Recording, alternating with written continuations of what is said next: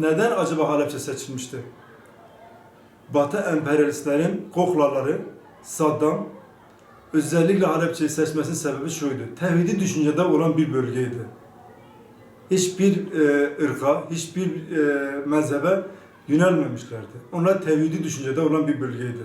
Sadece Kürtler değildi. Orada Araplar da vardı, Kürtler de vardı. Her türlü mezhepte olan insanlar vardı, her türlü insan vardı ama düşünceler tekti, İslam'dı. Bugün de aynısı yapılmıyor mu? Dün Saddam, bugün Sisi, bugün Esad. Yine Müslümanları katlediyorlar. Yine Müslümanlar eziliyor. Her yerde Müslümanları ezmeye çalışıyorlar ve Müslüman kimliği görünen insanlar tarafından. Batının koklaları tarafından. Ne yazık ki Müslümanı eliyle katlediyorlar. Ve Müslümana halen uyanmayacak mı acaba?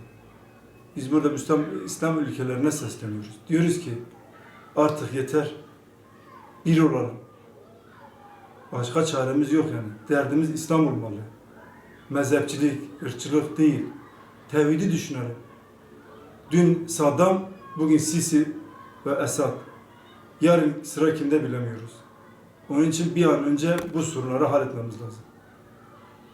Maalesef 16 Mart Halepçe olaylarını üzerinden yıllar geçmesine rağmen toplumumuzun zihninde henüz silinmiş değil. Maalesef 5000'i aşkın Müslümanın vefat etmesine sebepsiz yere ve kullanılan maalesef gazların daha önce Hiroşima'ya atılan bombalardan daha tesirli ve daha uzun ömürlü olduğunu üzülerek daha sonraki yapılan açıklamalar ve incelemelerde gördük.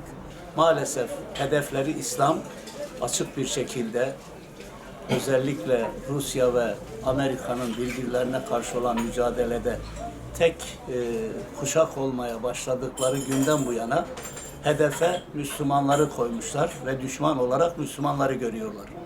Bunların bu tavırları karşısında bütün Müslümanların uyanık davranmaları, birbirlerine karşı sevgili Peygamberimizin Müslümanlar kardeştirler, bir vücudun azaları gibidirler, bir vücudun azaları gibi davranmalıdırlar. Dünyanın neresinde olursa olsun Müslümanların başına gelen dertlerle dertlenmek durumundayız ve birlik ve beraberliğimizi korumaya memuruz ve onun için Müslümanlar şuurlu bir şekilde birbirlerini anlamaya, kavramaya gayret etmelidirler. Bunlar nerede İslami hassasiyet biraz daha gelişmişse orayı imha etmeyi daha çok kendi inançları gereği öyle davranırlar.